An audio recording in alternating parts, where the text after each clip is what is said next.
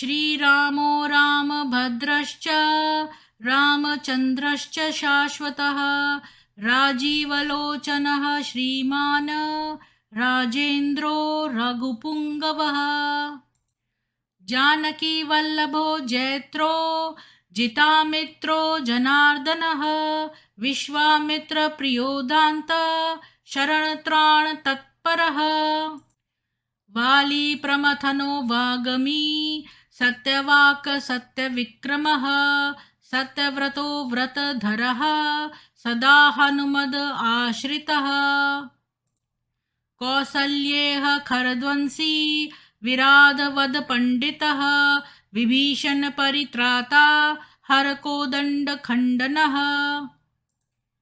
सप्तताल प्रभेत्ता च दशग्रीव शिरोहरः जामदग्नय महादर्प दलनस्ताटकान्तकः वेदान्तसारो वेदात्मा भवरोगस्य भेषजं दूषणत्रिशिरोहन्ता त्रिमूर्तिस्निगुणात्मकः त्रिविक्रमस्निलोकात्मा पुण्यचारित्रकीर्तनः त्रिलोकरक्षको धन्वी दण्डकारण्यकर्तनः अहल्याशापशमनः पितृभक्तो वरप्रदः जितेन्द्रियो जितक्रोधो जितामित्रो जगद्गुरुः ऋषिवानरसङ्घाती चित्रकूटसमाश्रयः जयन्त्रत्राणवरदः सुमित्रापुत्रसेवितः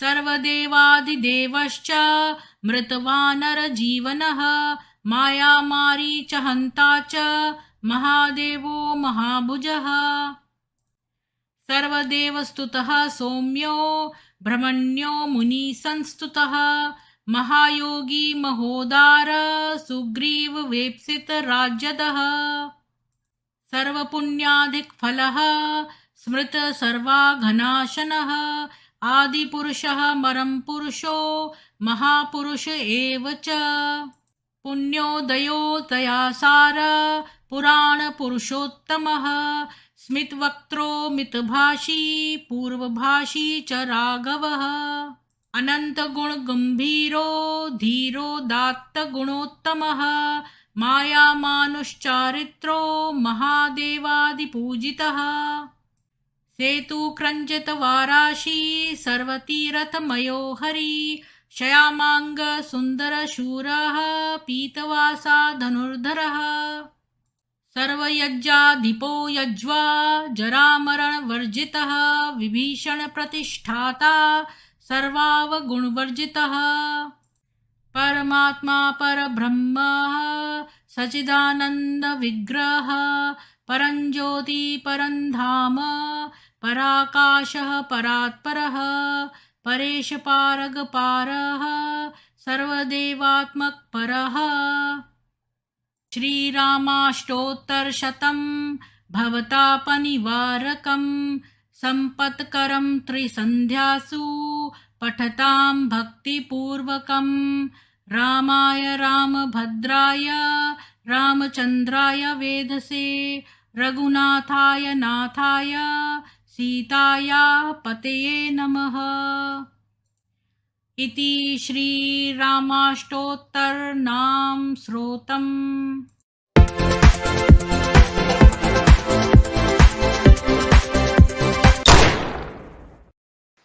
सभी को सुप्रभात और राम राम दशहरे की बहुत बहुत शुभकामनाएं सभी को। और एक राम जी की कोई स्तुति कर लेते हैं।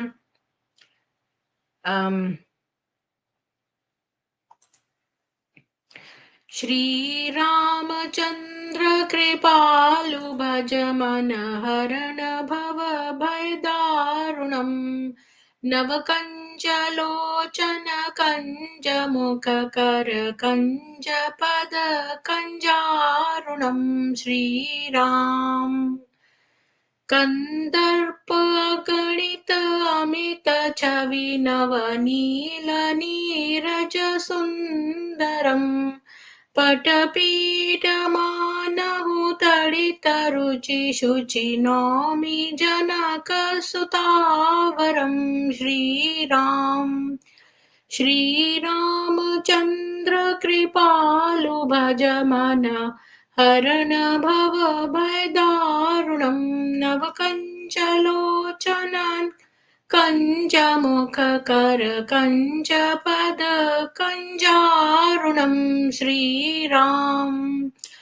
भज दीनबन्धु दिनेश दानवदैत्यवंशनिकन्दनं रघुनन्द आनन्द कन्द कौशलचन्द दशरथनन्दनं श्रीराम। श्रीरामचन्द्र कृपालु भज मन हरण भव भयदारुणं नवकञ्जलोचन कञ्जमुखकर कञ्जपद कञ्जारुणं श्रीराम। शिरमुकुटकुण्डलतिलकचारुदार अङ्गविभूषणम्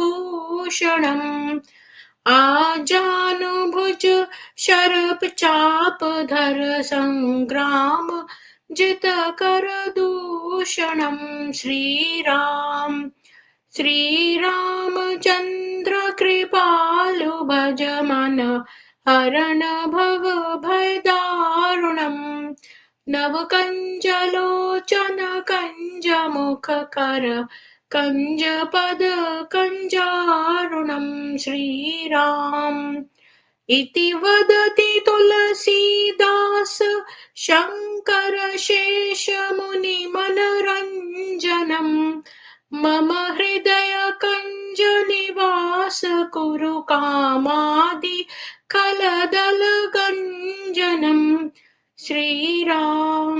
श्रीरामचन्द्र कृपालु भज मन हरण भव भयदारुणं नवकञ्जलोचन कञ्जमुखकर कञ्जपद कञ्जारुणं श्रीराम।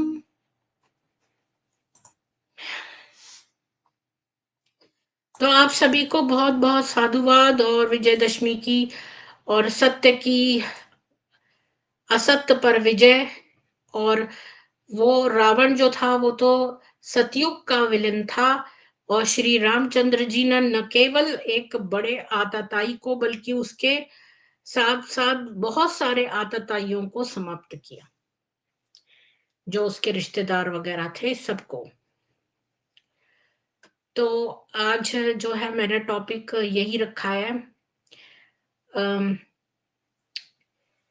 कि लोग पंथों में शामिल क्यों होते हैं, मतलब कि क्या ये लोग इतने स्टूपिड हैं कि ये कल्ट में शामिल हो जाते हैं? ऐसी क्या वजह है कि ये इनकी दिमाग में मति मारी गई है कि ये जाके कल्ट ज्वाइन कर लेते हैं? आखिर ऐसे क्यों है? ये कौन से लोग हैं और ये क्यों ज्वाइन करते हैं कल्ट? आज इसके बारे में मैं बातचीत करूंगी और इसके लिए जो है वो मैं आपको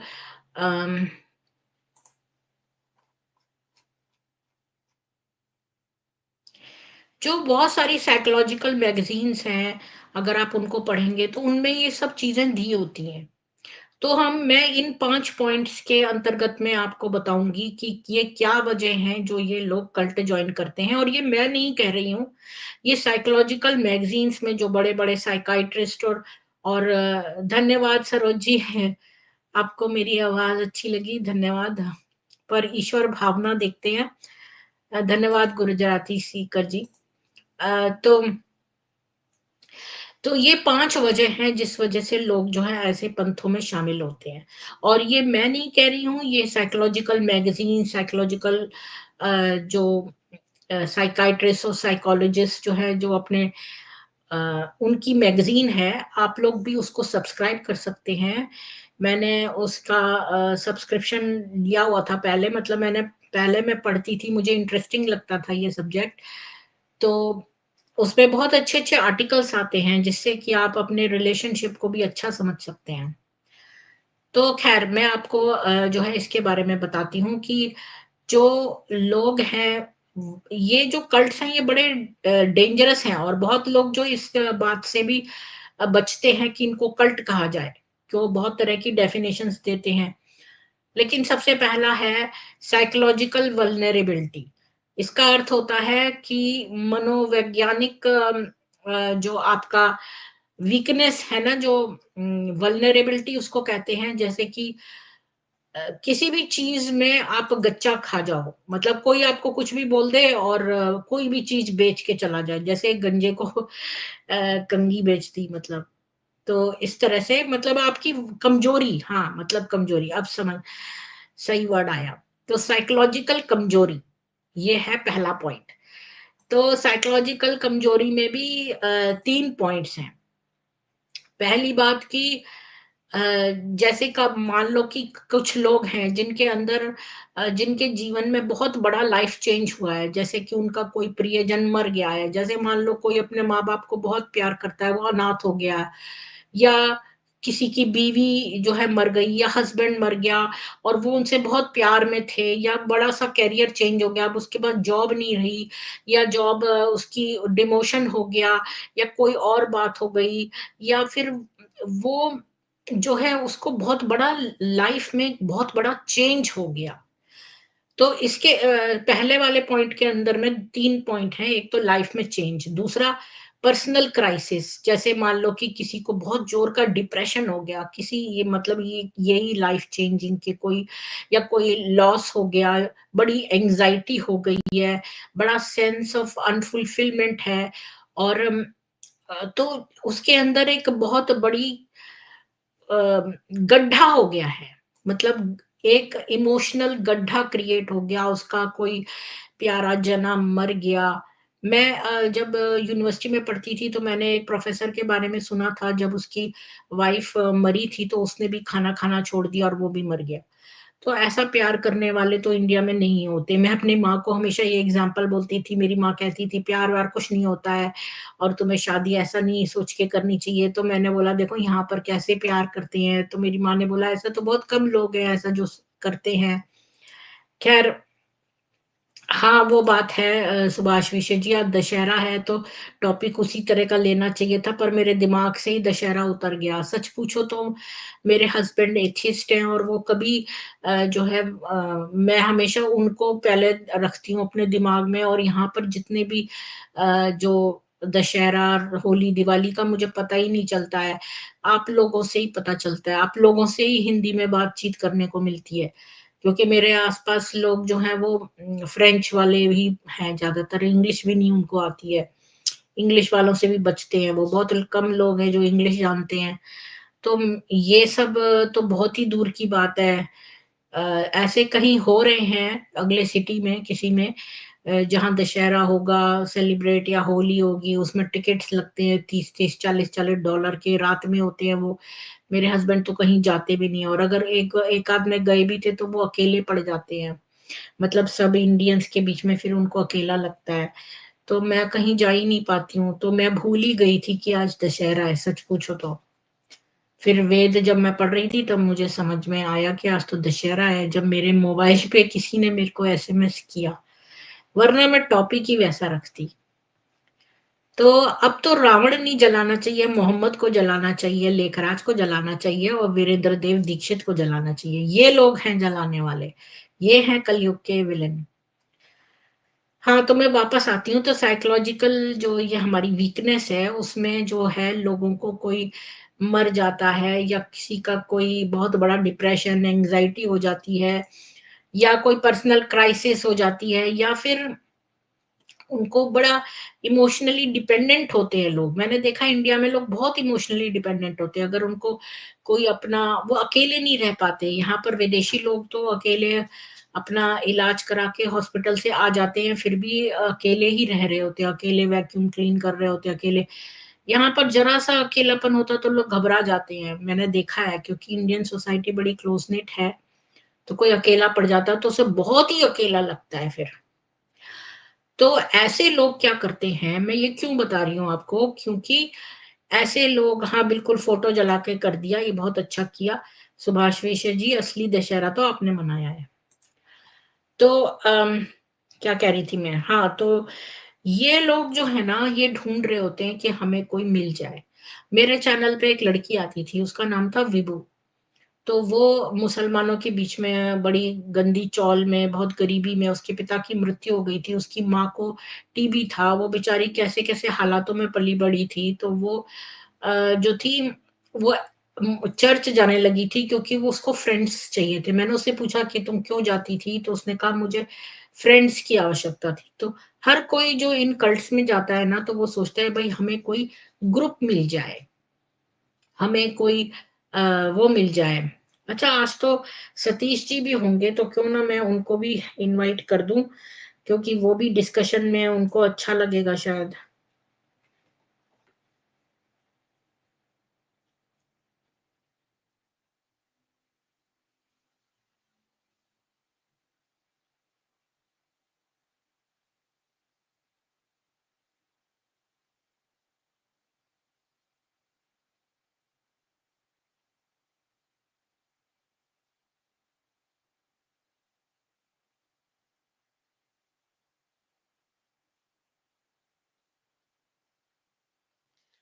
तो ये पहला कारण है कि लोग कम्युनिटी ढूँढ रहे हैं, उनको चाहिए फ्रेंड्स, उनको चाहिए लोग जो उनको सहानुभूति दें।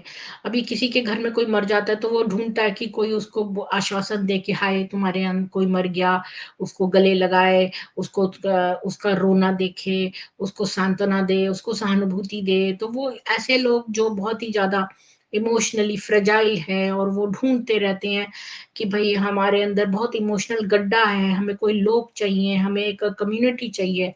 ये वो लोग हैं जो इसमें इस पहला वाला पॉइंट आप लोगों को अच्छा तरह समझ में आ गया होगा। दूसरा पॉइंट है सोशल या इमोशनल अपील। अब इसमें क्या है कि अ, जब कोई भी बंदा है उसको जब कल्ट में इंट्रोड्यूस करते हैं, तो सोशल और इमोशनल अपील जो है वो बड़ी पावरफुल होती है। क्योंकि ये उनके अंदर बहुत बड़ा गड्ढा और बड़ी डीप सीटेड नीड है। तो जैसे अंधे को क्या चाहिए? 2 आँखें। तो अगर आप उसकी ये इमोशनल और सोशल अपील बहुत ज़्यादा फ़िल कर दो, तो इसमें भी 3 पॉइंट हैं। इसमें पहला पॉइंट है कि एकदम से कम्युनिटी मिलना, इंस्टेंट कम्युनिटी। यानी कि कल्ट जो है वो एक्सेप्ट करता है आपको और आप जो लोग आइसोलेटेड है और जिन लोगों को पास कुछ नहीं है, एकदम से सारे इतने सारे लोग जो हैं तुमको आके अभी देखो जैसे चर्च में कोई नया बंदा जाता है, तो ये लोग सर्विस करते हैं, इसके बाद बोलते हैं, "अच्छा, आप अब अपने लेफ्ट वाले से हाथ मिलाओ, फिर राइट वाले से हाथ मिलाओ, फिर आगे वाले से हाथ मिलाओ, फिर पीछे वाले से।" तो ऐसे आपने 4 लोगों को पर्सनली जान लिया और वो लोग तो इतने तेज़ हैं कि जैसे आप नीचे जाओ फ़ौरन बेसमेंट में वो ज़रा कॉफ़ी और चाय का सब इंतज़ाम कर रखते हैं और साथ में अच्छे केक्स वग़ैरह जैसे बनाना ब्रेड और इस तरह के जो सूखे वाले केक्स होते हैं ना जिनमें क्रीम बिना क्रीम वाले, वो वाले सब जो टी के साथ बिस्किट्स और बच्चों के लिए जूस और ये सब रखते हैं। तो आप वहाँ पर जाके लोगों से बातचीत करते हैं। अभी कोई व्यक्ति नया कहीं किसी सिटी में गया, मान लो कोई इंडियन आया यहाँ पर, तो वो अचानक से तो लोगों को नहीं जानता और देखो मंदिर में लोग आते हैं, चले जाते हैं अपना। अपना चलो संडे को आए, कुछ खा लिया, फिर चले गए। अब यहाँ पर क्या है चर्च में, यहाँ पर तो सब लोग एकदम से कम्युनिटी मिल गई, हाँ भी, इतने सारे लोग आपको हाँ में हाँ मिलाने वाले मिल गए। अब बीके क्या करता है? सफ़ेद साड़ी, अब इमोशनल और सोशल अपील दोनों देनी है। तो सोशल अपील में आपको ऐसा लगना चाहिए आप बहुत ही एक पवित्र जगह आ गए हैं। सफ़ेद-सफ़ेद कपड़े पहने लोग घूम रहे हैं, जो बहुत ही ज़्यादा पवित्र हैं और बहुत पवित्र दिख रहे हैं और वो परमात्मा की बातें करते हैं और सब के सब इमोशनल अपील आपको जो है प्रोवाइड कर रहे हैं। मतलब कि वो आपको फ्रेंड्स चाहिए थे, अब तो आपके पास बहुत सारे लोग हो गए। ये सब आपके दोस्त हैं। बल्कि दोस्त ही नहीं, बल्कि आपको पूरी तरह से वो हनीमून पीरियड है, तो वो आपके ऊपर इतना प्यार लुटाएँगे, हाथों हाथ रखेंगे। किसको नहीं अच्छा लगता कि वो लोग उससे पूछें। कहीं मैं जाऊँ तो लोग मुझे पूछें, "ये खा लो, ये कर लो, यहाँ बैठ जाओ, आप तो बड़े अच्छे लग रहे हो, आपने तो आप तो बड़े वहाँ तारीफ़ भी करेंगे करेंगे और बोलेंगे आप तो बड़े पवित्र आत्मा हो जो आप यहाँ पे आए, ऐसा नहीं हुआ, ये कोई कोइंसिडेंस नहीं है, ईश्वर ने आपको एक संकेत दिया था तभी आप यहाँ आए, ऐसे ही नहीं आ गए आप। तो ये सारी बातें जो हैं उनको बड़ी अपील करेंगी। हाँ, मैं तो, कौन नहीं कहलाना चाहता कि मैं दिव्य हूँ, आप दिव्य हो, आप पवित्र आत्मा हो, ईश्वर की शिव शक्ति ने आपको यहाँ भेजा है। और इस तरह की बातें करेंगे तो आपको तो बहुत अच्छा लगेगा। अब दूसरा पॉइंट ये, एक तो इंस्टेंट कम्युनिटी मिल गई, इसी सोशल इमोशनल अपील में दूसरा पॉइंट ये है कि सेंस ऑफ पर्पस मिल गया। बहुत लोग हैं वो ईश्वर को पाना चाहते हैं लेकिन उनके पास कोई तरीका नहीं है। बाजार में बहुत सारे धर्म गुरु चल रहे हैं, कभी कोई कौन सा यूट्यूब पे तो निरे पड़े हैं आज का, फिर कोई निकल पड़ता है राम रहीम, कोई कुछ कोई कुछ कोई कुछ। तो कैसे विश्वास करें इनका कि कल को ये बुरे हैं या सही हैं। अब ये तो चल के आ गए हमारे पास, और ये तो कपड़ों से भी ऐसे लग रहे हैं, और इतना अच्छा, मतलब इतना अच्छा मार्बल का सेंटर बना रखा है, इतना साफ सुथरा, और सात्विक खाना। और वो भी मेरे को पूछ रहे हैं कि ये लो, ये भोग खा लो, ये टोली खा लो, ये खा लो, वो खा लो, इतना प्यार, इतनी चीजें। और वाह! और अब शुरू में जो है आपको, जो अगर कभी बोलेंगे राजयोग कर लो, तो राजयोग के समय भी फ्री में मेडिटेशन करवाएँगे, तब नहीं बताएँगे आपको पैसे देने पड़ेंगे। वो तो आप जब चलने को तैयार हो जाओगे तब बोलेंगे, हाँ भाई, अब आपको 5,000 देने हैं या 6,000, पता नहीं क्या रेट चल रहा है आजकल ले जाने का, तो तब बोलेंगे। लेकिन शुरू में आपको फ्री में खाने को तो भई, हिंदू तो सबसे पहले फ्री के खाने पे ही जाता है। मैं बताऊँ आपको, फ्री का खाना दो तो हिंदू हर जगह पहुँच जाएगा। सही बात है, मैं तो खुद हिंदू हूँ, मैं आपको बता रही हूँ। ये मेरी भी मेंटालिटी होती थी कि भई चलो यहाँ पर, अब मैं साईं बाबा के उसमें भी गई थी एक बार। मैं उसमें, जबकि साईं बाबा रेपिस्ट था ये मुझे नहीं पता था उस समय। लेकिन हमने चंदा दिया था तो हम पहुँच गए। तो जहाँ भी चंदा देने के लिए आते हैं लोग, फिर हम वहाँ चले जाते हैं, चलो यहाँ पर खा के आएँगे, और कुछ पूड़ियाँ अगर रख लाएँ तो वो भी अच्छा है, एक्सेट्रा। तो ये सारे लोग, आपका पर्पस जो है भगवान को खोजने का, हर हिंदू जो है अंदर से आध्यात्मिक है। हर हिंदू अंदर से उसके पवित्रता है, और वो खोज रहा है ईश्वर को। तो यहाँ पर उसको एक डायरेक्शन भी मिल गया। और तीसरा पॉइंट है इमोशनल इंटेंसिटी, कि भाई क्योंकि जो है इसको शिव का अनुभव हुआ। एक ने लिखा, मेरे को शिव ने आके मेरी मांग भरी, मुझे ऐसे ही अनुभव हुआ, मुझे शिव शक्ति का अनुभव हुआ। एक बीके का यूट्यूब पर वीडियो पड़ा है, तो वो कह रही है कि शिवलिंग से उसने शादी करी तो उसको अनुभव हो गया शिव शक्ति का, जिसने उसकी आंखें मांग भरी। अब 10 लोग जो ये यूट्यूब देख रहे थे, जितने भी लोग, अच्छा ऐसा हुआ, हम भी ये अनुभव लेना चाहते हैं, हम भी तो आध्यात्मिक हैं, तो हमें भी शिव शक्ति का अनुभव हो, हमें भी ऐसा हो। तो हम तो दिव्यात्मा हैं, इन लोगों ने वैसे ही चने के झाड़ पे चढ़ा लिया कि बाकी लोग तो लौकिक हैं, लेकिन आप दिव्यात्मा थे तभी आप आए सेंटर में। तो लो भाई, सोशल और इमोशनल अपील पूरी तरह से इन्होंने काबू कर ली। अब तीसरा है रोल ऑफ कैरिस्मेटिक लीडरशिप। अभी कैरिस्मेटिक लीडर कौन सा होता है, जो कि बहुत आकर्षक और लोगों को एक कशिश में खींचने वाला, आकर्षक व्यक्तित्व वाला। अभी आप देखो, ये जितने मिनिस्टर्स हैं, मिनिस्टर उसको कहते हैं जो ये खड़े होकर इवेंजलिस्ट होते हैं ना, जो क्रिश्चियन वाले, जो चैनल्स पे आते हैं टीवी में, इनको इवेंजलिस्ट बोलते हैं। ये लोग क्या करते हैं, इनका जैसे किसी चर्च में भी जाओ, मिनिस्टर को देखो तो सबसे आकर्षक व्यक्ति जो है वो मिनिस्टर होगा। मतलब कि उसे देखने से ही लगेगा, वाह ये है, इसकी तरफ लोग अट्रैक्ट होंगे, तो नए लोग आएंगे चर्च में। मैं तो चर्च का एक एग्जांपल इसलिए बता रही हूँ क्योंकि चर्च में भी एक तरह का, वो भी एक तरह का कल्ट ही है, इस्लाम तो है ही कल्ट। तो ये लोग जो है ना, बहुत कैरिस्मेटिक लीडरशिप रखते हैं। तो अब इसमें भी 3 पॉइंट है। एक तो पर्सनल करिश्मा, जो कल्ट का लीडर होगा। अब जैसे इसमें लेखराज है, वो क्या है, अपना सिंधी, गोरा चिट्टा लंबा चौड़ा, तो ये हो गया उसका व्यक्तित्व। तो अब उससे तो अट्रैक्ट होंगे भाई। एक तो गोरा लंबा चौड़ा, मतलब, तो जैसे अब ये अपना पंजाबी लोग जो होते हैं उनका जीन्स जो है थोड़ी सी वैसी होती हैं कि वो थोड़े से अट्रैक्टिव लगते हैं, आकर्षक लगते हैं देखने में। तो अब सिंधी कोई पूजा पाठी नहीं होते, साउथ इंडिया के लोग ज्यादा पूजा पाठी होते हैं, लेकिन अट्रैक्टिव कौन लगेगा? सिंधी, क्योंकि उस वो बिल्ट उसका अच्छा है ना, लंबा चौड़ा है, गोरा चिट्टा है, तो पर्सनल कैरिज्मा ये जो लेखराज का था। और वो कॉन्फिडेंट भी लगेगा और चार्मिंग भी लगेगा, लोगों को कन्विंस करने की उसके अंदर क्वालिटी होगी, ये पर्सनल करिश्मा है।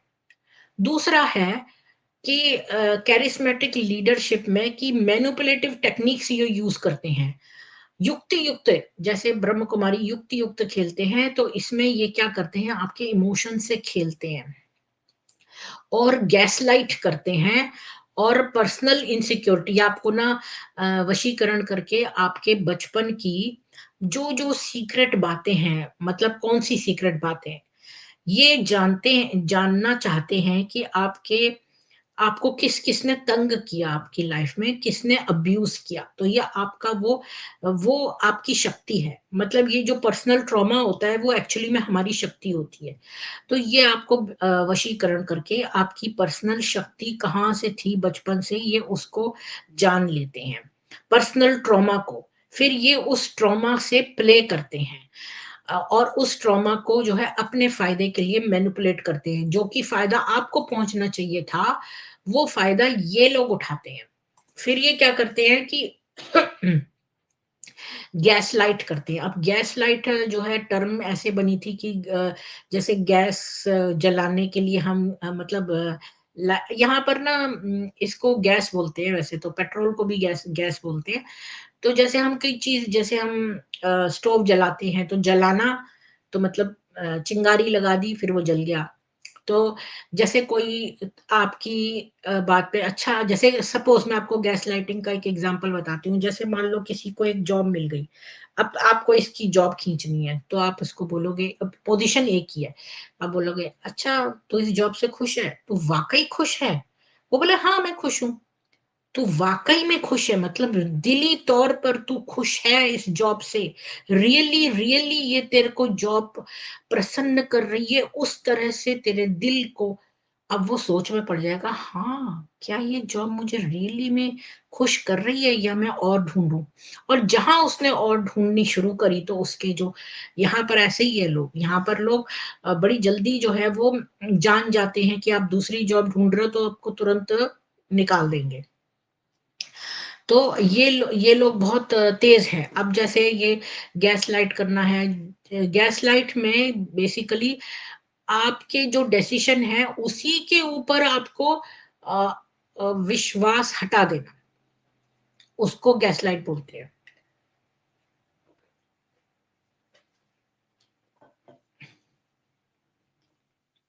जैसे कि आप कोई भी डिसीजन लो तो उसको बोलेंगे नहीं ऐसा तो नहीं है, ऐसा तो नहीं हो सकता। तो ये सब गैस लाइट करते हैं आप धीरे धीरे। और पर्सनल इनसिक्योरिटीज को लेवरेज करते हैं अपने फायदे के लिए, आपकी जो इनसिक्योरिटीज हैं।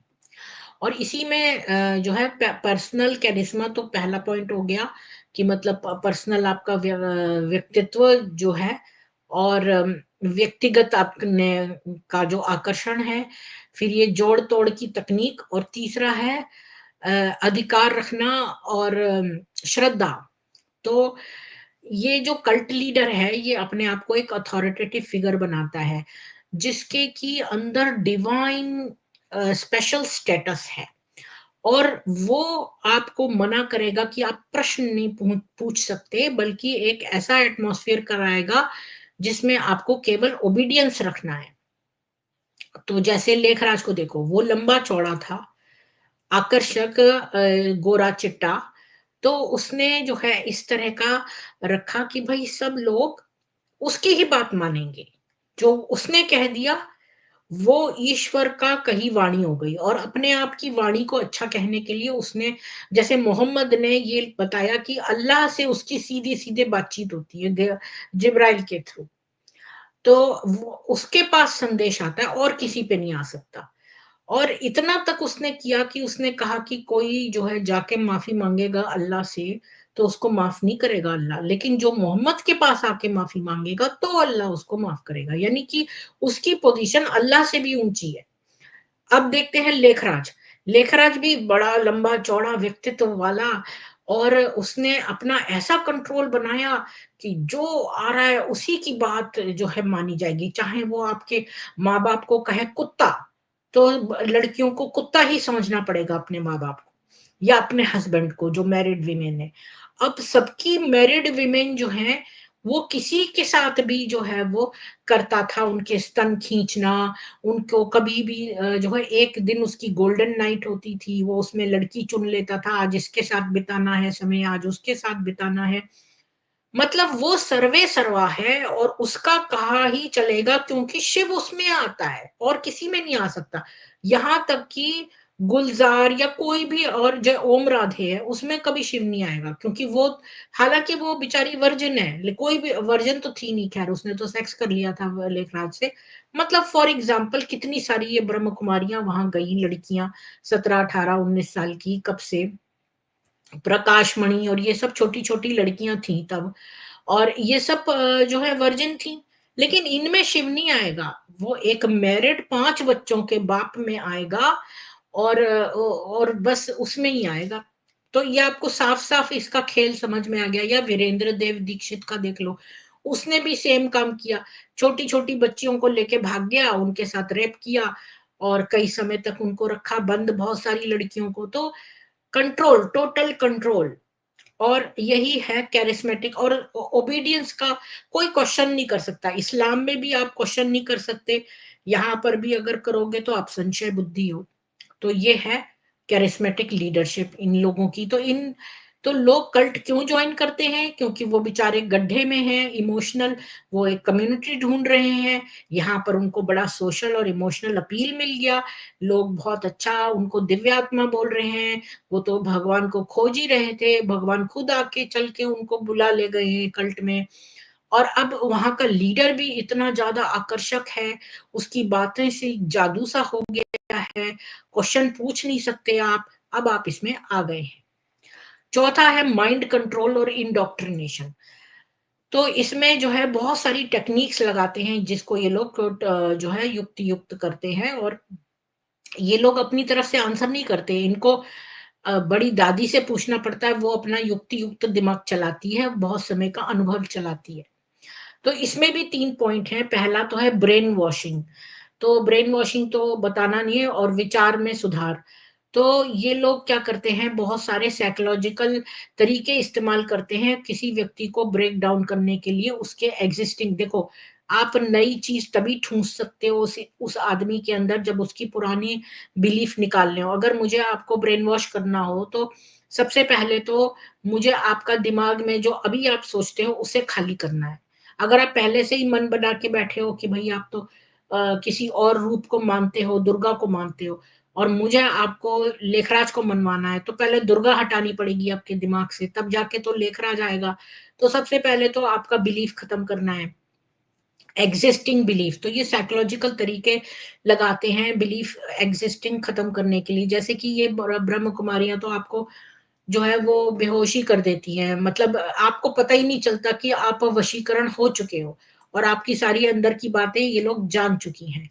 और ये आपके एग्जिस्टिंग बिलीफ को हटा के ग्रुप की आइडियोलॉजी आपको सजेस्ट कर देती हैं, तो आपके दिमाग में वही बात आने लगती है।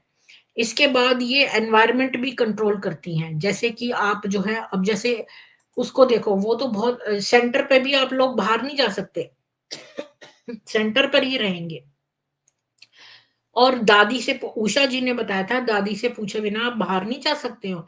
और जो ये अभी मैंने किसका किया था एक आध दिन पहले, उसका नाम था शून्य मूर्ति। शून्य मूर्ति तो ब्रह्म कुमार रहा था बहुत साल, तो उसने ये तरीका सीख लिया। जो चालाक होते हैं वो अपना बिजनेस अलग खोल लेते हैं, जैसे वीरेंद्र देव दीक्षित था, वो चालाक था, वो समझ गया लेखराज की करतूत, तो उसने सोचा जब ये शिव बन सकता है तो मैं भी कुछ शंकर बन सकता हूँ या कुछ और। इसी तरह उसने भी सोचा कि शून्य मूर्ति ने भी सोचा मैं भी सत्य, ये राजयोग करवाते हैं मैं सतयोग करवाऊंगा, मैं भी बन जाऊंगा। तो उसने तो वहां पर बोल दिया है कि सेंटर के बाहर तो खतरनाक लोग रहते हैं, आप सेंटर से बाहर जा ही नहीं सकते। उसने सेंटर में लोगों को कैद करके रख लिया। वीरेंद्र देव दीक्षित ने तो मोटे मोटे लोहे की सांकें लगाई थी और लड़कियां उसके अंदर कैद थी, और पूरा ब्लैक उससे कवर्ड था और उसका तस्वीर तक निकली थी अखबार में। तो ये लोग कल्ट कंट्रोल करते हैं। आप सेंटर से बाहर जा नहीं सकते। एक बार जो आप आ गए तो आप बाहर नहीं निकल सकते अपनी मर्जी से। और यहाँ तो देख ही लो कि मुसलमानों में तो देखो, एक बार आप हिंदू लड़की को फंसा लेते हैं तो बड़ा अच्छा अच्छा बोल के कि हम तो बड़े मॉडर्न हैं। जब एक बार कर लो शादी, इसके बाद शुरू हो जाता है इन लोगों का बुर्का और ये वो, घर के अंदर ही रहना है, बाहर नहीं निकलना है। मतलब हर कल्ट जो है आपको उसके अंदर ही रखेगा। बाहर के, अच्छा अब देखो पाकिस्तान में देख लो, कहीं पर भी आप इंटरनेट देखो, मेरे कई सारे वीडियोस जो है वहां पर प्ले नहीं हो सकते। ये लोग कंट्रोल करते हैं इंफॉर्मेशन। ये देखो बीके वालों, इन लोगों को मना है कि आप ये बीके वाले कुछ नहीं सुनते, ना टीवी देखते, न रेडियो सुनते, बस ये अपने वही पुराने पुराने गाने, इनके पास कोई लिटरेचर तो है नहीं। सनातन धर्म का लिटरेचर चुरा लिया, गाने बॉलीवुड के चुरा लिए और उसको लेखराज पे बना बना के गा रहे हैं। तो इनके पास अपना कुछ भी नहीं है, सब चुराया डिस्टॉर्टेड है। और ये ताकि बाहर की इंफॉर्मेशन बीके वालों की आंखें ना खुल जाएं, दिमाग ना खुल जाएं, इसलिए इन्होंने मना कर दिया है, आप किसी के साथ पैनल पे जाके बहस ना करें, ये ना करें वो। अभी इक्का दुक्का आ जाते हैं तो वह बात अलग है। तो वो लोग कोई समर्पित नहीं है, समर्पित वालों को ये बिल्कुल दूर रखते हैं और उनको बिल्कुल किसी से बात नहीं करने देते, उनको छुपा के रखते हैं। तो उनका जो मीडिया का, लिटरेचर का, यहाँ तक कि उनको बोलते हैं कि आप अपने तो आप अपने जो है वो जो रिश्तेदार हैं उनसे भी नाता तोड़ लो। मतलब अब आप अपने रिश्तेदारों से भी बात नहीं कर सकते, जो आप फोन करते थे, फैमिली फ्रेंड सबसे काट लो। मतलब कूप मंडूक पूरी तरह से बन जाओ, ताकि केवल इन्हीं पर दृष्टि डाल डाल के दिन भर लाल लाल रोशनी और लेखराज की तस्वीर देख देख के दिन रात आपको सपने में वही आएगा जो दिन में देखते हैं हम, वही सपने में सपने आते हैं, वही इस रात में सपने आते हैं। तो ये है इंफॉर्मेशन कंट्रोल। तो पहला तो मैंने बता दिया ब्रेन वॉशिंग, दूसरा है ये इंफॉर्मेशन कंट्रोल, और तीसरा है बिहेवियर कंट्रोल। बिहेवियर में वो क्या करते हैं, बड़ी बड़ी अपने रूल्स लगाते हैं, बड़े स्ट्रिक्ट रूल्स। मतलब कि आप जो है वो सात्विक खाना खाएंगे, आप 3 बजे उठेंगे, आप अमृत वेला में जाएंगे, आप ऐसे बैठेंगे, आप आंख खोलकर जो है वो देखेंगे, त्राटक करेंगे। जबकि हमारे यहाँ त्राटक अर्ध आंखें आधी खुली और नाक के आगे भाग को देखते हैं, और फोकस होता है सांस पे, क्योंकि सांस जो है राइट इडा और पिंगला से निकाल के सुषुम्ना नाड़ी में चलानी होती है, ऊर्ध्व गति करनी होती है, तो उसी से जो सोम है आपके शरीर में, जो वीर्य और रज है, वो आपके सिर तक पहुंचेगा तो जान आएगा। लेकिन ये लोग क्या करते हैं, इन्होंने खूब स्ट्रिक्ट रूल्स बना रखे हैं। और यहाँ तक कि उषा जी बताती थी अपने मन से कोई फ्रिज में से सामान नहीं ले सकता, कोई बाहर वाले को ये नहीं कर सकता, ये मत करो वो मत करो, हर चीज में बहुत सारे स्ट्रिक्ट रूल्स है। शून्य मूर्ति ने भी बहुत सारे रूल्स बना रखे थे। और पर्सनल सेवा, ये लोग नौकर बनाना ये तो खूब करते हैं। जैसे शून्य मूर्ति ने, उसकी बीवी की रसोई चलती थी, तो उसने लोगों को, ये इस आदमी ने छोड़ा था, जो बीके नहीं सॉरी, शून्य मूर्ति का जो एक वो था, उसने छोड़ा क्योंकि उसको नहीं अच्छा लगा कि वो रसोई में जाके काम करे। इसी तरह बीके वाले भी हैं। तो तीसरा पॉइंट इसका ये हो गया कि बिहेवियर कंट्रोल।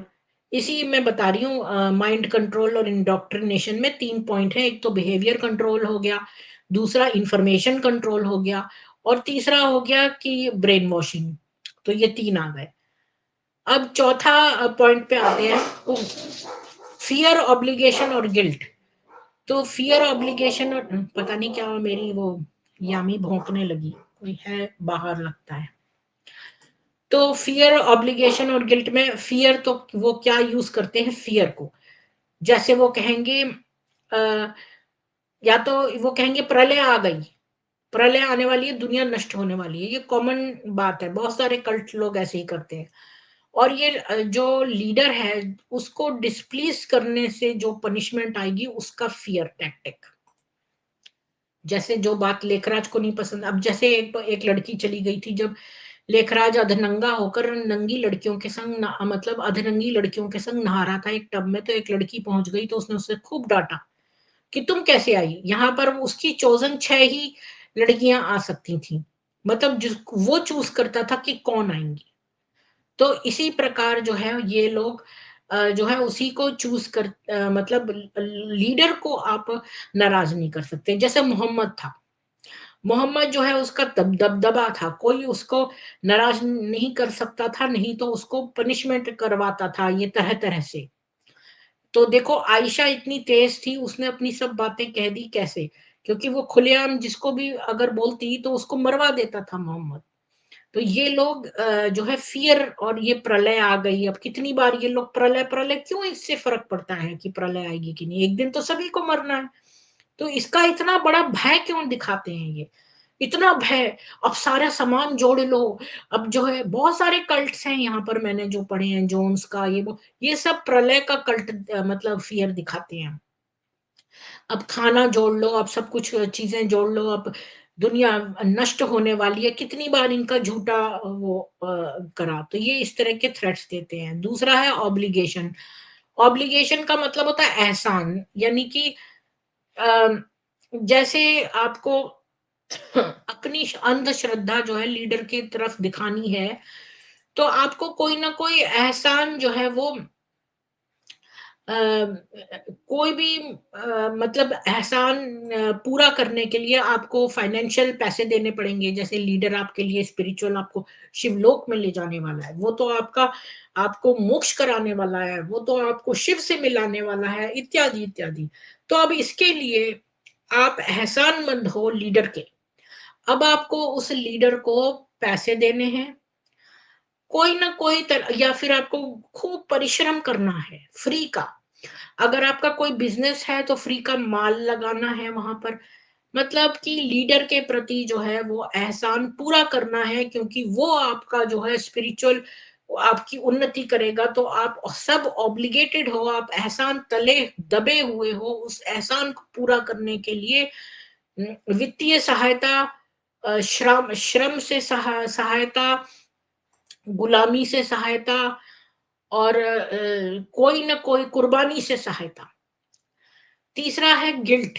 गिल्ट जो है वो बहुत बड़ा टूल है यहाँ पर, जिसको ये लोग यूज करते हैं। ये क्या करते हैं, आपको ये वाली एक तरीका है, ये बोलते हैं हर वीक आप शिव बाबा को समर्पित कर दो अपना जो भी आपने करा है इस वीक के, जैसे पाप, जैसे कि क्रिश्चियन लोग करते हैं ना जाके, कैथोलिक सॉरी, वो जाकर अपना कन्फेशन करते हैं। तो ये जानते हैं भाई, ये एक कंट्रोल रखते हैं कि अच्छा इस हफ्ते तुमने कन्फेशन नहीं किया, अब तुम्हें कन्फेशन करना पड़ेगा।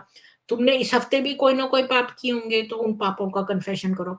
तुमने इस हफ्ते कोई पाप करे तो इससे कंट्रोल रहता है, ये अपने लाइफ में क्या कर रहा है, ये अपने इस हफ्ते इसने क्या किया। तो इन्होंने भी यही तरीका अपनाया है। ये कहते हैं शिव बाबा को समर्पित कर दो तो सब। और तुमने दूसरों को क्या करते देखा है वो भी लिखो। मैंने इसका फॉर्म अपनी एक स्ट्रीम में दिखाया था कि जो ये भरवाते हैं कि आपने दूसरे को क्या करते देखा वो भी लिखिए। तो इससे ये दूसरों पर नकेल कसते हैं और उनको गिल्ट के तले दबाते हैं और खूब गिल्टी करते हैं। और ये क्या करते हैं, शिव बाबा को समर्पित चीजें जलाते नहीं है बल्कि उसे रख लेते हैं ब्लैकमेलिंग के लिए, और वही गिल्ट ब्लैकमेलिंग ये करते हैं। ऐसे ही नहीं इतने सारे सुसाइड हो गए यहाँ ब्रह्म कुमारी आश्रम में। कैसे हुए, जब ये इतने शिवलोक में ले जाने वाले इतने पवित्र लोग हैं, तो वहां पर इतने सुसाइड कैसे हो रहे हैं। तो ये सारे पॉइंट्स जो है मैंने आपको डिटेल में समझा दिए हैं। ये तरीके हैं जो जिसकी वजह से ये लोग कल्ट में जाते हैं, और फिर वहां एक बार चले जाते हैं तो इन वजहों से वहां फंसे रह जाते हैं। क्योंकि लोग आमतौर पर सीधे होते हैं अंदर से, तो वो जो है ये इनकी चालाकियां ये बहुत समय के खेले खाए हैं। तो जब तक कि कोई व्यक्ति बहुत चालाक ना हो और जिसके पास प्रॉपर जॉब ना हो, वो इनके कल्ट से निकल नहीं पाता। जिस पर जॉब होती है तो वो तो अपने जॉब पे चला जाता है, तो वो इतना नहीं होता। जो वहां फंस के रह जाता है ना, वो उसके लिए निकलना बड़ा मुश्किल होता है। जब इनकी सच्चाई काफी साल बाद पता चलती है, तब तक बहुत देर हो जाती है। न तो बाहर जॉब मिल सकती है और रिश्तेदारों से भी कट गए, अब कहाँ जाएं।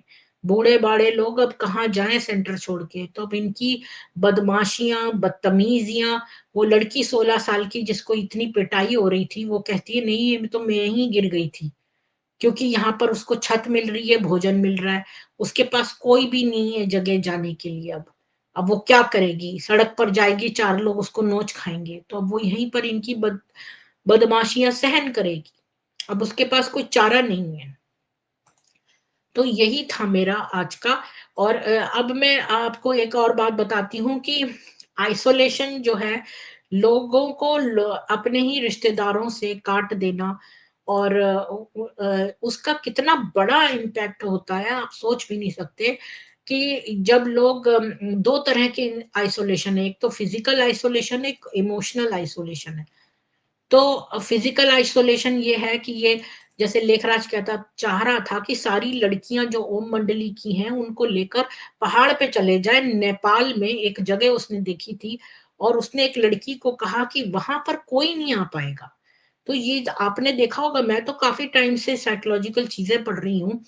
बहुत साल पहले जब मैंने इस्लाम भी नहीं पढ़ा था, तो मैंने ये साइकोपैथ, सोशियोपैथ इनका पढ़ा था। तो साइकोपैथ भी यही काम करता है, वो अपनी बीवी अगर उसकी होती है तो उसको सबसे काट देता है, और इसके बाद उसको ऐसी जगह पे ले जाता है, सुनसान जगह पे बंगला खरीदता है, जहां पर वो कुछ भी प्रताड़ना करे तो उसका दूसरे लोगों को पता न चले।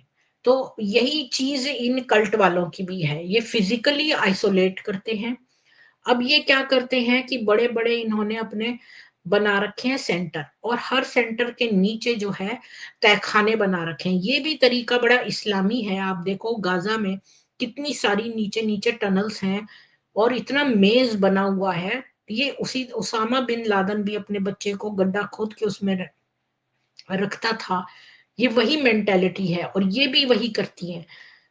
ये भी फिजिकली आइसोलेट कर देते हैं। इन्होंने आबू पर्वत पर खोला, नीचे नहीं खोला, पर्वत पर, कि कोई आएगा तो हम ऊंचाई पे रहेंगे। जैसे गब्बर था, आपने शोले देखी होगी, तो गब्बर सिंह ऊपर चढ़ के रहता था, और नीचे जाकर लूटता था, फिर ऊपर चढ़ा जाता था।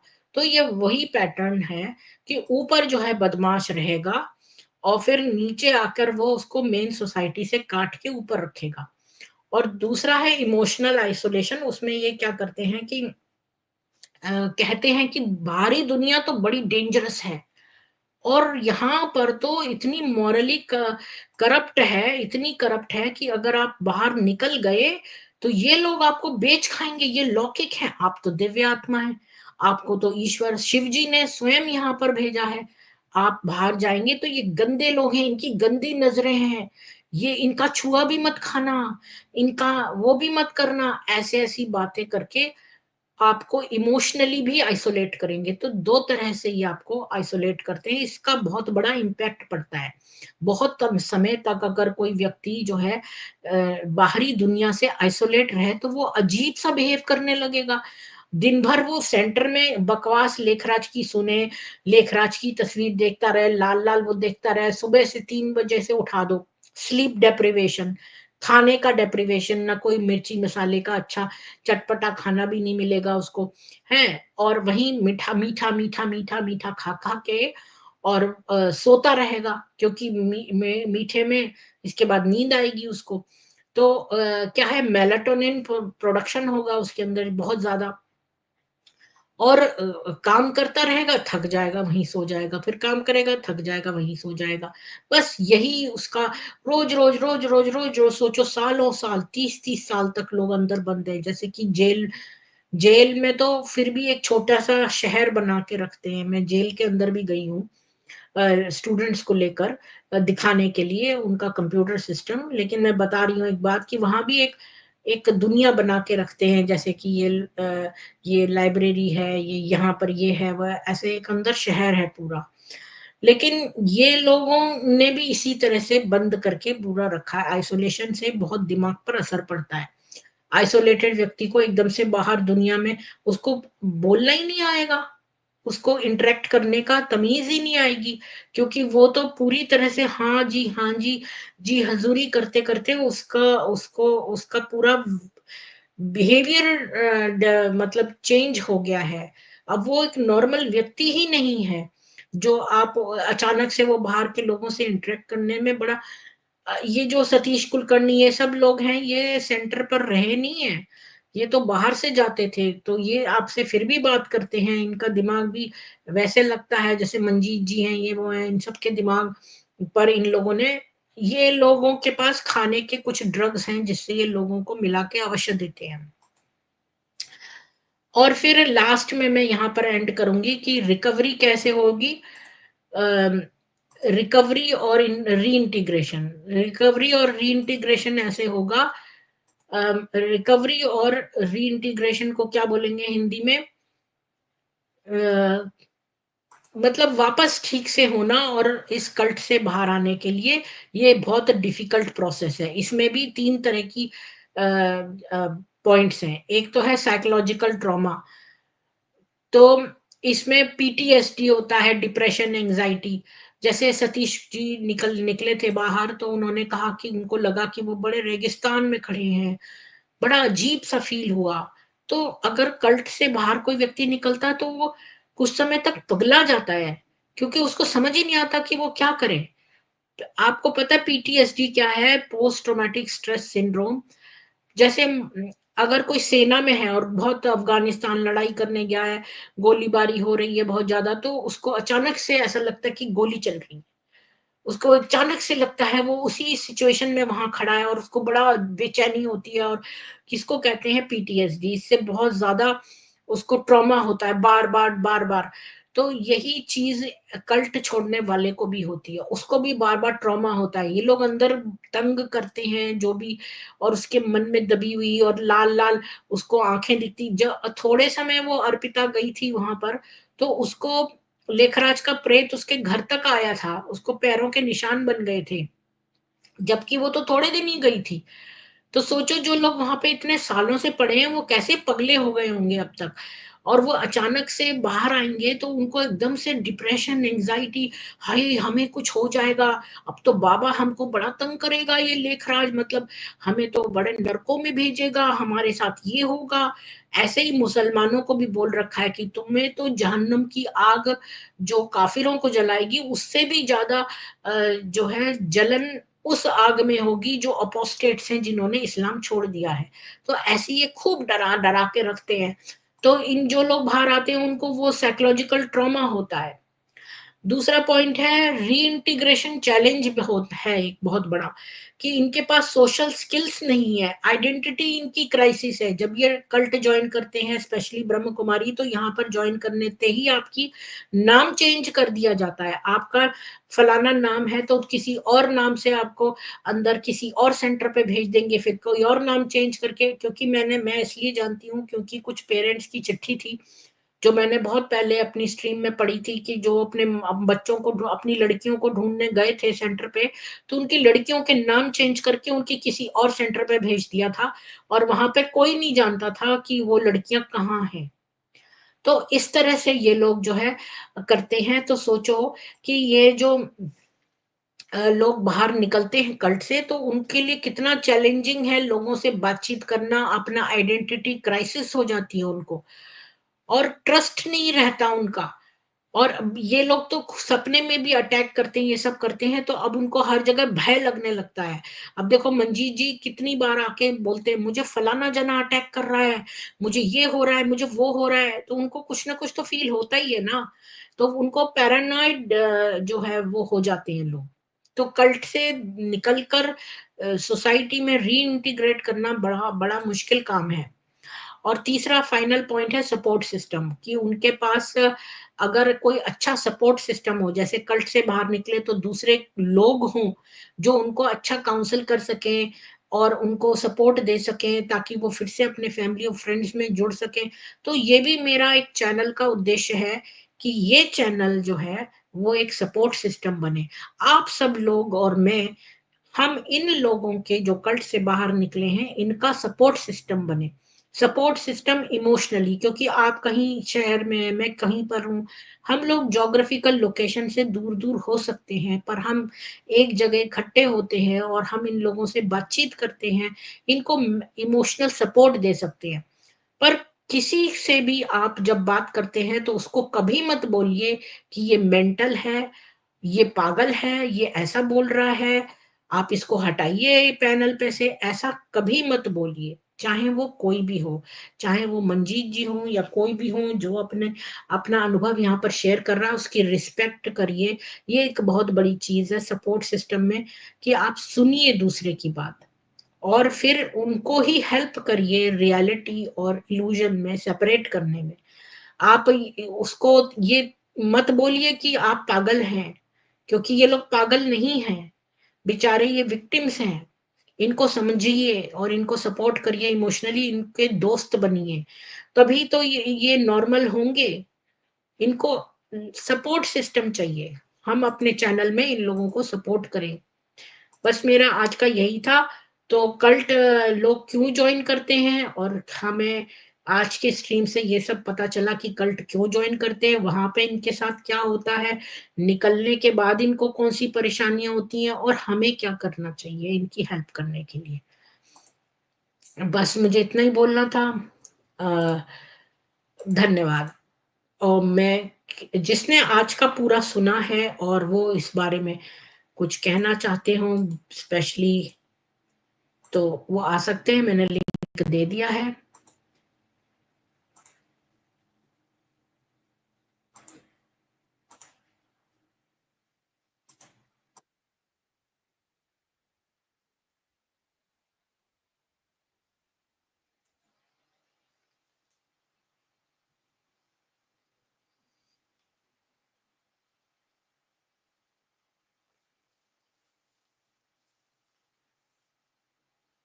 जी, आप सभी को दशहरे की हार्दिक शुभकामनाएं।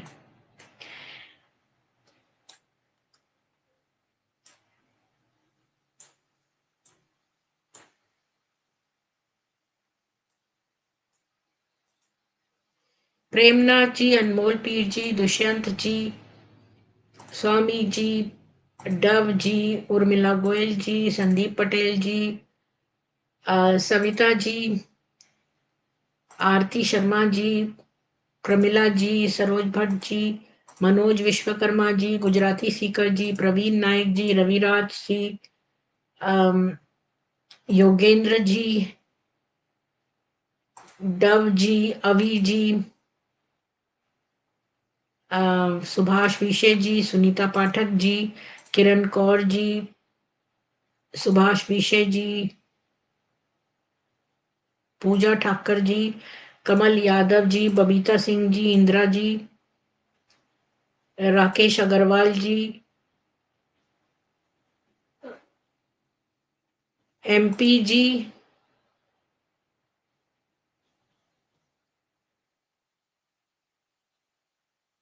दीपाली जी, वीना शर्मा जी, राजेश जी, अमित जी, विकास चंद्र दास जी, जितेंद्र अग्रवाल जी, काक भुषुंडी जी, दुष्यंत कुमार जी, कन्हैया कर्मा योगी जी, नवल शर्मा जी, सपना जी आपका बहुत स्वागत है। दशहरे की बहुत जी शुभकामनाएं। मैम, आपको भी दशहरे की बहुत बहुत शुभकामनाएं। जी जी मैम, आज का बहुत अच्छा टॉपिक है। तो मैंने कुछ पॉइंट्स निकाले थे। तो हाँ बोलिए। व्हाइट कारपेट स्ट्रीम जी और ये राजेश्वरी चारमोट जी और डीएनए फैक्ट जी, अर्चना पोरवाल जी, अनमोल पीर जी, विनोद तोमर जी, आप सभी को बहुत बहुत साधुवाद और दशहरे की शुभकामनाएं। अब मैं म्यूट हो रही हूँ, बोलिए सब सपना जी।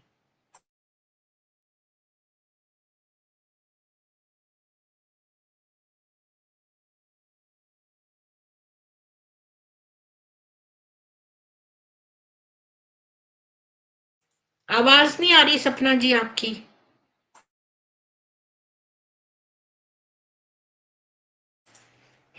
सपना जी क्या हुआ?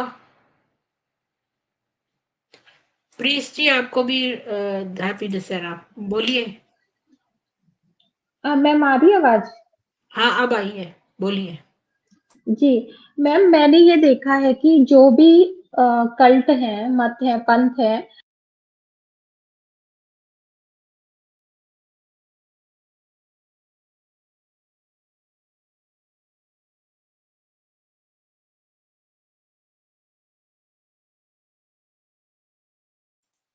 फिर रुक गई आवाज, थोड़ा सा बोलते हैं आप, फिर रुक जाती है। 1 मिनट मैम, मैं करती हूँ। जी, तो आज का वो शॉर्ट ही था।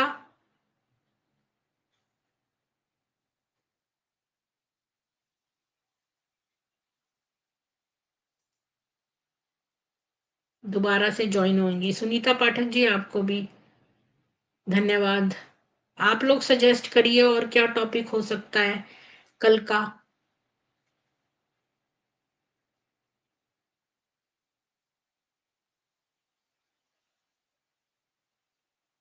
हाँ, अनकंडीशनल सपोर्ट जरूरी है। हाँ इंदिरा जी, इनको इंटरनेट प्रॉब्लम या फिर कोई और बात कोई और बात होगी।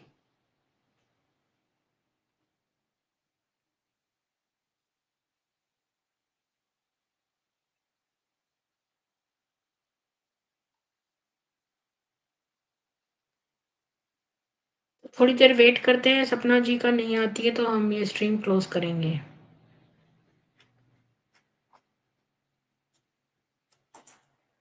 पूर्व विश्वास और आस्था से बाहर निकलना कुछ ऐसा ही है जैसे फीनिक्स की तरह मरकर पुनर्जीवित होना।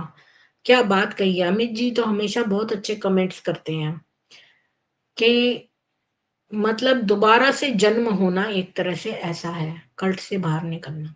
बिल्कुल।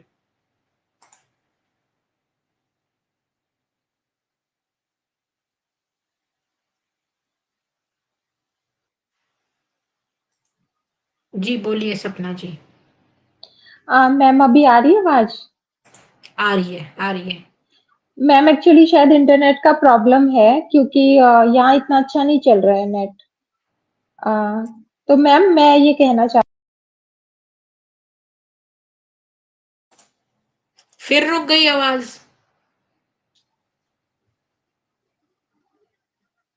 इंटरनेट का प्रॉब्लम है मैम, फिर आज नहीं हो पाएगा। आप जल्दी कैसे से करूं? बोल दो पॉइंट्स अपने। हाँ मैम, जो भी कल्ट है ना उनके 2 हैं, एक प्राप्ति और एक भय। तो वो लालच देते हैं जो भी आने वाले हैं, कि जैसे ब्रह्मा कुमारी जी में स्वर्ग का लालच दिया जाता है कि आप तो सतयुग में जाएंगे, वहां 21 जन्मों की राजाई मिलेगी। और छोड़ने पर ये लोग भय दिखाते हैं कि अगर आपने छोड़ दिया तो आप बिल्कुल ही सतयुग से वंचित, सतयुग में नहीं आओगे, फिर द्वापर में आओगे और आप हाँ, ये आपने सही चंडाल बोला, पद पाओगे। इस्लाम में भी ऐसे ही है। जन्नत और हाँ 72 हूरें मिलेंगी और छोड़ोगे तो जहन्नुम की आग में जलोगे। हाँ, और मैम दुनिया के जो धर्म गुरु हैं उसमें भी यही कहते हैं कि सतगुरु का निंदक छोड़ ना पाए। अगर आपने सतगुरु का हाथ छोड़ा तो आप 84 लाख योनियों में भटकते रहोगे, और अगर जुड़े रहे तो आपको मोक्ष मिलेगा। मतलब जुड़ने पर प्राप्ति दिखाते हैं और छोड़ने पर भय दिखाते हैं। तो सेम ये ब्रह्मा कुमारी के अंदर है, उसमें भी जुड़ने पर ये आपको कैरेट स्वर्ग एंड का स्टिक लालच। पॉलिसी है ना, carrot and stick hmm, policy. हाँ जी, वही वाली चीज़ है यहाँ पे। और दूसरा मैम, मैंने जैसे देखा है ब्रह्मा कुमारी संस्था में बहुत सारे ऐसे लोग जुड़े होते हैं जो जिनके अपने परिवारों में कुछ प्रॉब्लम्स चल रही होती हैं, वो संतुष्ट नहीं होते हैं। पर तो वो फिर शांति की तलाश में, सुख की तलाश में संस्थाओं में जाते हैं, और फिर वहां पर भी अल्टीमेटली उनका शोषण ही होता है। क्षणिक उनको भले थोड़े समय के लिए, एकदम से जब वो परिवार के कलह कलेश से उस संस्था में जाते हैं तो एकदम से उनको शांति का अनुभव होता है, बड़े पीस है, सब व्हाइट व्हाइट कपड़ों में है, बड़े हंस जैसे लग रहे हैं, फरिश्तों की दुनिया है, बहुत अच्छा फील होता है। लेकिन फिर धीरे धीरे वो जब उनका शोषण शुरू हो जाता है, तो एक ये भी पॉइंट रहता है वहां जाने का। और एक, जिनके परिवार में सभी सदस्य मान लो उससे जुड़े हुए हैं, माता पिता जाते हैं संस्था में, तो जो उनके बच्चे हैं वो भी ऑटोमेटिकली वहां बचपन से ही जाना शुरू कर देते हैं, वही बातें उनके दिमाग में भर दी जाती हैं बचपन से ही। तो एक तरह से बचपन से उनका ब्रेन वॉश होता रहता है, और फिर वो बड़े होकर के फिर वो कहीं ना कहीं किसी ना किसी तरह से संस्था से जुड़ जाते हैं। जैसे मैंने देखा था कि बहुत सारे जिनके माता पिता चलते हैं उनके बच्चे भी समर्पित हो जाते हैं, बहुत से हैं ऐसे परिवार। तो एक हाँ, करा ये भी। देती है। माँ बाप करा लेते हैं। जो हाँ एक एक भी होता है ना, तो ये लोग पीछे पड़ जाते हैं जॉक की तरह। मतलब अगर किसी के माँ-बाप में से, जैसे उषा जी है, उनका जो हस्बैंड है वो ब्रह्म कुमार है, तो उसने बेटी को भी बना लिया और दोनों जने मिलकर उषा जी को खूब तंग करते हैं। अब दूसरा केस देखो कि जिन कई ऐसे हैं, जैसे अजय जी हैं, उनकी वाइफ ने बच्चों को भी ले गई और खुद भी चली गई, बच्चों को भी ले गई। तो एक भी होता है ना ब्रह्म कुमारी या ब्रह्म कुमार, तो वो ले जाता है बच्चों को।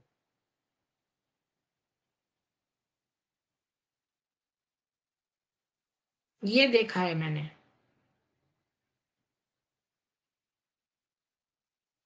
जी सपना जी।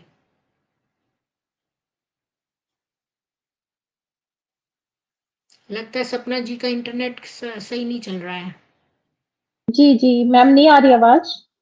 अब आ रही है। मैम क्या होता है कि जिनका ना सेल्फ एस्टीम लो होता है, तो वो जब संस्था से जुड़ते हैं ना, तो उनको एकदम से चढ़ा दिया जाता है, अरे आपको तो भगवान ने चुना है, आप तो कोटों में कोई हो, कोई में से भी कोई हो, अब तो सतयुग में देवी देवता बनने वाले हो, तो उनको लगता है अच्छा मैं कुछ हूँ, मैं भी दुनिया में कुछ हूँ। तो वो वाले जो लोग जिनका सेल्फ कॉन्फिडेंस कम होता है ना, वो लोग भी इस संस्था से जुड़ते हैं, क्योंकि वहां पे उनको रिस्पेक्ट मिलता है। जब वो व्हाइट साड़ी पहनते हैं, बेल्ट। हाँ, और ये चीज ही सही नहीं है। लोग क्यों अपने आप को दूसरों से बेटर समझना चाहते हैं? जब हम सभी वसुधैव कुटुंबकम है, तो एक पूरा ही कुटुंब है, पूरा संसार। तो ये लोग दूसरों से हमेशा कंपटीशन में रहते हैं। मैंने ये बात देखी है, स्पेशली इंडिया में लोग एक दूसरे से compete बहुत करते हैं और सोचते हैं भाई इससे मैं बेटर हूं, इससे मैं बेटर हूं। तो ये फीलिंग ही सही नहीं है।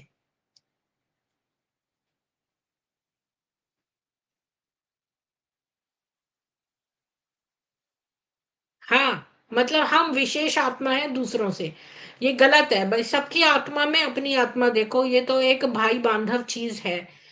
लेकिन अगर आप अपने आप को ज्यादा श्रेष्ठ समझो दूसरों से, तो ये एक तरह का आपको चने की झाड़ पर चढ़ाना है और आपको आइसोलेट करना है। फिर इसके बाद, अब आपने किसी कुत्ते को देखा है? अगर आप किसी कुत्ते को देखो वो क्या करता है, कुत्ते को देखो या कौए को देखो। एक कुत्ते, जी, हमारे, मैं जहाँ रहती थी वहाँ कुत्ता था, वो रोटी लेकर आया था कहीं से और सारे कुत्तों के जो है घूमते इससे पहले वो जल्दी से गया। उसने पार्क के कोने में एक गड्ढा किया, वहां पर वो रोटी दबा दी और फिर जाके मिक्स हो गया और कुत्तों में जैसे कि कुछ पता ही नहीं। और इसके बाद अलग से जाकर वो रोटी खाई। तो ये वही चीज है, आप रोटी हो और वो आपको ले जाकर छुपा देते हैं, और ताकि बाकी जो पूरा समाज है वो ना देख सके, फिर वो अकेले में जाके खाएं। यही तो साइकोपैथ करता है। कोई यहाँ पर लिख रहा है कि देखो ये ए सोशल हो सकते हैं पर साइकोपैथ नहीं, पर साइकोपैथ तो यही काम करते हैं आइसोलेशन का। जी, जी। एक मैम ये भी है, आपको आवाज़ आ रही है? हाँ, आ रही है। मैम जब एक साधारण परिवार का कि कोई कुमारी या कुमार जब सेंटर में जाता है, तो उसने घर में तो इतनी सुख सुविधा नहीं देखी होती है, लेकिन सेंटर पे देखता है बड़ी भव्यता है, बड़ा अच्छे सब साधन है, इतने अच्छे प्रतिष्ठित घरों के लोग जुड़े हुए हैं, तो उसको उस पे एकदम से प्रभाव पड़ता है कि अरे हाँ मैं भी, और ऊपर से सारा कुछ फ्री है, ज्ञान भी फ्री है, योग भी फ्री है, कोई पैसा नहीं देना। तो उससे इसके कारण से भी वो इम्प्रेस हो जाता है, वो जुड़ता है हाँ, संस्था से। हाँ, जी। ये तो मैंने सब कवर, ये वाला जो पॉइंट है आपने बोला सोशल और इमोशनल अपील में, तो ये उसको खाने को बहुत अच्छा-अच्छा देते था, वो लेखराज काजू, किशमिश, पिस्ता, ये सब देता था जो उनको घर में नहीं मिलता था। गरीब घर की लड़कियाँ, उनको घर में इतना अच्छा खाना नहीं मिलता है, वहाँ पर उनको अच्छी-अच्छी चीज़ें मिलती हैं खाने को।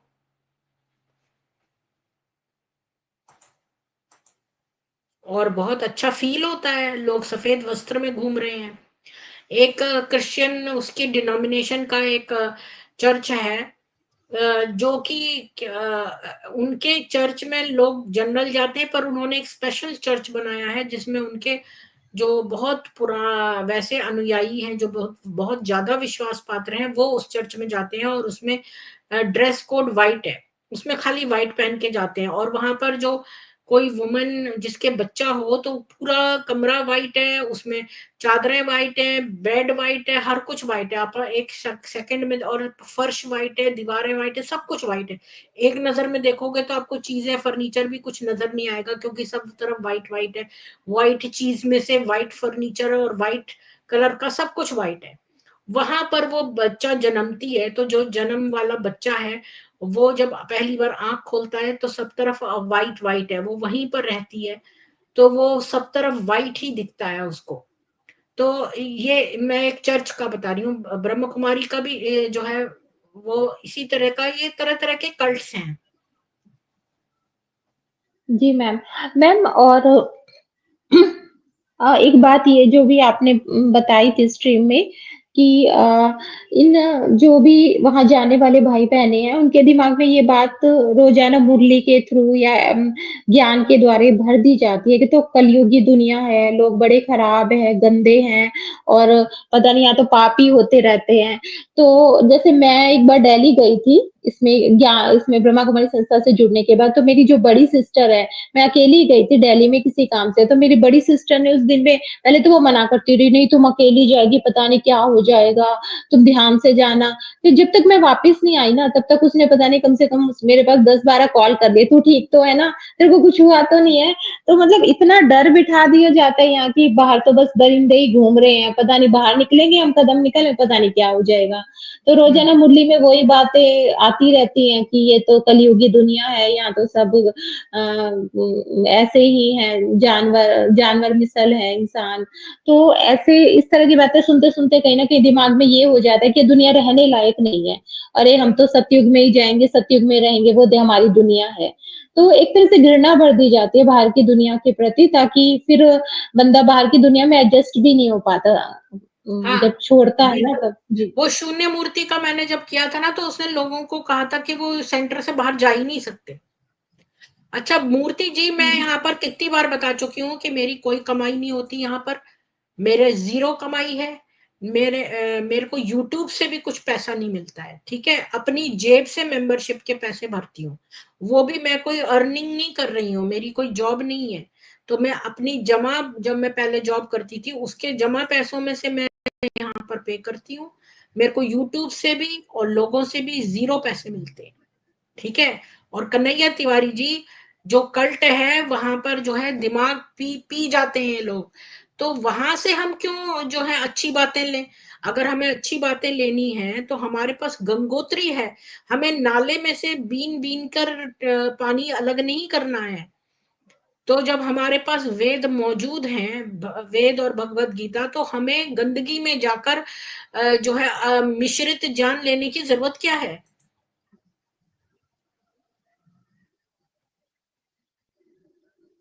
जी। तो जी मैम। हम्म,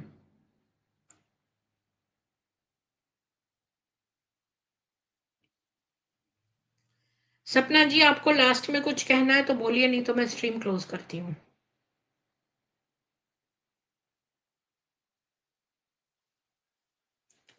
तो मैं जो हूँ वो एंड में यही बोलूंगी कि आप सभी लोगों से विनती है कि स्ट्रीम को ज्यादा से ज्यादा शेयर करें, लाइक करें।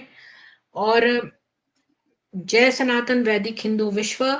जय श्री राम। दशहरे की बहुत बहुत शुभकामनाएं। कल फिर मिलेंगे। राम राम।